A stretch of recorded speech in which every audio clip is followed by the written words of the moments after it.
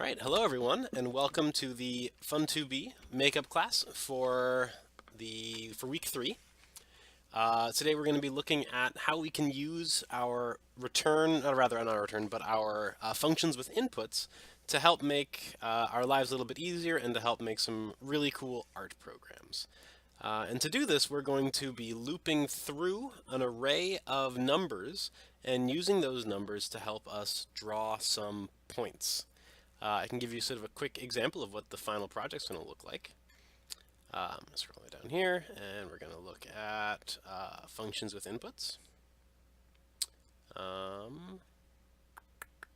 Sorry, this is the wrong one. We want to look for RNG tubes. There we go. So here is the code. We're going to hide the code. So I'm going to go ahead and run this and just give you guys a little preview of what it's going to look like. It's quite cool. So this is all done using functions and arrays and loops. I like to think this is a pretty cool little generative art project. So let's go ahead and look at how to make it. So I'm going to go head on back down to arrays and functions, and let's get started. So the first thing we need to do is, of course, grab out our global variables, grab out our void setup, and grab our void draw. So what we're going to be doing is taking a list of integers and adding numbers to it randomly. And we're going to do that via a function. So we're actually going to grab also this void function input block. So the first thing we want to do is make that array list. So I'm going to go out here and grab this array list of integers. We're not doing sprites today, we're just doing integers. And I'm going to call this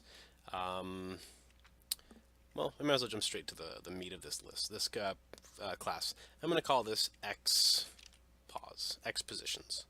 And I'm going to go to lists, collapse that, and I'm going to make a new, nope, wrong block. I'm going to grab a new array list, the blank one. So in this void function, what we want to do is we want to give this function or pass this function our empty array list, and then we want to have it add something to the list. So the function, we're just going to call this add random, and the input's going to be an array list, and we're just going to call it L for list. Actually, let's make a letter that's a bit easier to see. T, array list T. So we are this function is expecting us to give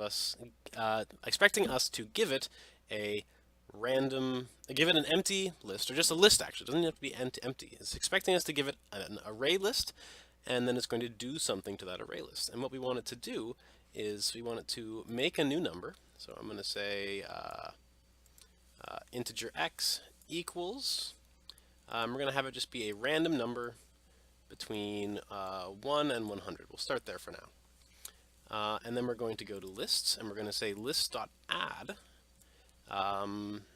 Remember, we're not calling our list, we're calling it t.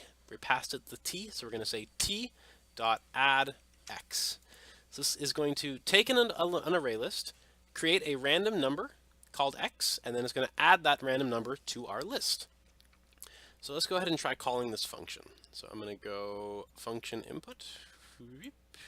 Come on. Function input. I'm going to put that in my setup, and I'm going to say add random to xpos. So we're passing it xpos, which is our array list, and it's going to add a random number to it. We can check and see that it worked by going to shapes and grab this print line block. I'm just going to have it print out the value of xpos. So when I run this, we're not going to have any sort of image. Whoop, did not like that. Why not? X equals, oh, I know why, because that gives us a float. So we need to actually grab this int block, put the random inside the int block, and try that. That should work now. Yep. There we go. And sure enough, we generated 26. And if I run this again, it'll give us a different number, 42. Ooh, 42. So on and so forth. So if I wanted to, I could call this function multiple times. I'm just going to use a duplicate. Maybe I'll do it a total of 4 times. And I'll go ahead and run this again. And now I have 43, 58, 53, 78. All of those have been added to my list called xpos. So the array lists, or this function is able to take our array list and pull in some numbers, and it's able to then add something to it, and then the list remains changed. So let's try using this sort of to our advantage. I'm going to make a second array list. This one's called xpos. I'm going to make another one, and this one's going to be called ypos. And it's also going to be empty. Whoops. Ypos. And it's also going to be empty. There we go. And so remember, the beauty of using functions with inputs is that I don't have to make another function that adds to ypos. I can use this same function for different array lists. So all I really have to do here is change these two from xpos to ypos. And now if I go down to my printline function, I'm going to go ahead and call this on ypos. We will see that I have now two lines, each with two numbers, 7970, 7623. There we go. Okay, so we're in good shape. We now have the ability to add a new number to our lists whenever we want. So next thing we want to do is we want to use these numbers to draw some lines. So to do that, we're going to go to our draw, and we are going to, well, how do we want to go about doing this? Let's start by making a while loop. Because we don't want to use a for loop here. The for loop is useful when we only want to access one list, but here we actually want to access both lists and pull numbers from both of them to make points that we're going to draw lines between. So a while loop is actually going to help us out a lot more. So we're going to say while the length, I'm going to go to list. Oh, no, it needs to go on this side. Leave that over there. While some variable, we haven't made it yet, but we need to make a variable. I'm just going to call it counter, is less than xpos. We want to make counter bigger. First we have to make counter. I'm just going to make the variable counter inside my draw. So I'm going to say xpos counter equals 0. We're going to start it at 0. So while integer counter is equal to 0, I'm sorry, making the variable counter and setting it equal to 0, then we're saying while counter is less than xpos. So as long as the counter is less than the size of our list, we're still in good shape. We can still access that list without having to worry about going out of bounds. So while counter is less than xpos, the first thing I want to do is make my loop safe. So I'm going to say counter equals counter plus 1. So now I know that no matter what I do, I will always at least exit my while loop. I won't make an infinite loop, and I don't have to worry about getting stuck. So I highly recommend you do this first. So while counter is less than xpos, what do I want to do? Well, I want to draw a line from one position to another position. So one thing that we haven't done in the past is been able to access individual elements of the array lists. We're able to access the whole array list, but we're not able to access just one element inside of it. So instead, what we're going to do here is learn how to do that, and we do that with the .get value function. So for example, here, let me just make sure this runs and I didn't accidentally make a loop. It should run. Yeah, okay, cool. So let's look at this print line right here. If I wanted to actually just print out the very first value of my xpos, I would say print line xpos dot get open parentheses 0 close parentheses. Yes, it's a 0 and not a 1. The 0 tells us that we want to access the first element. So you'll see this just prints out 14 because 14 is what's in the first position of that array list. 1 is the second position, 2 is the third position, so on and so forth. If we try to access an element that doesn't exist, like if instead of 1 I said 10, it'll return an error and tell us that that value is undefined because I don't have a 10th value. I only have 2, 1, 2. So I'm going to leave this at 0. Actually, I'm going to just set it back to normal.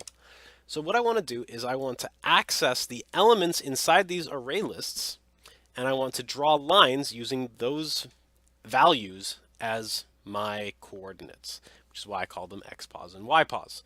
So let's go ahead and see how that works. So while counter is less than xpos dot size, we're going to make counter go up by 1. And then I'm going to say settings, shapes. Actually, above that, I'm going to make a line, and that line is going to go from x pause.get counter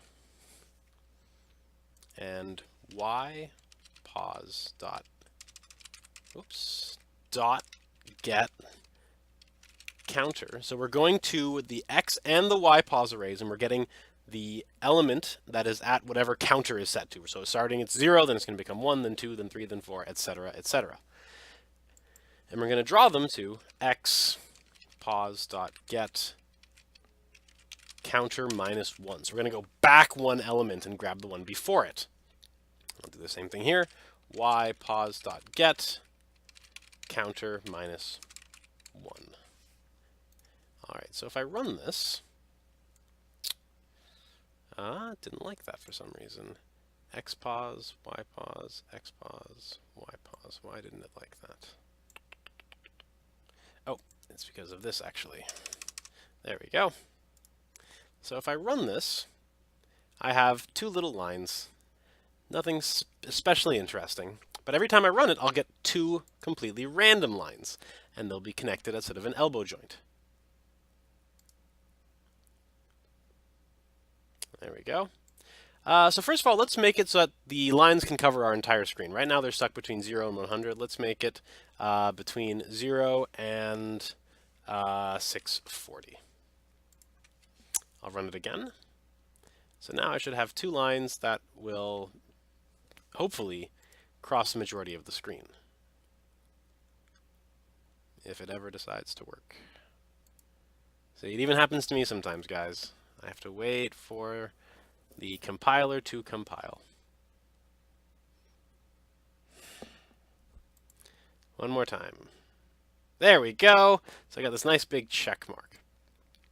Okay, so next up, why don't we try adding a new line or a new point to each array list every time we go through the loop. So what we're doing here is we're actually kind of creating an infinite loop. Well, not really, but what we actually want to do is just every time draw happens, we add another point to our loop. So I'm going to just duplicate this and put it down here to the bottom, and I'm going to duplicate it again. I'm going to put it down here to the bottom as well, and I'm going to have one of them be called on Y pause and the other one be called on X pause. So now when I run the program, it's going to make a whole bunch of lines. It's going to look super squiggly and scriggly and crazy. But what we're doing here is we're creating random lines without having to do a whole lot of work. We made that function, we made those array lists, and the computer's really doing the rest of the work for us. And we're kind of creating this really cool spiderwebby look. So now we can sort of take this and we can start trying to turn this into something a bit more artsy.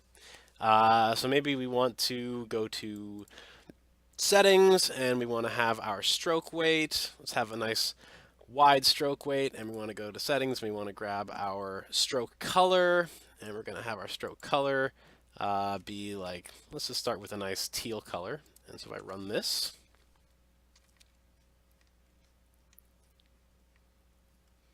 let's try running it again. So at the very least now I have a nice teal thing, and it's a bit thicker. But we can actually use the fact that we're making a loop here, and we have this variable called counter that's constantly getting bigger. We can use that to our advantage. So let's go ahead and collapse that output. And I'm actually going to just take both of these lines of code, the stroke weight and the stroke, and I'm going to put these inside my while loop. And I'm going to say stroke weight is going to be, let's say 3 times counter. And then we're going to take that whole value and we're going to mod it by 20. So that we always have, it's always going to be a not too crazy of a thickness.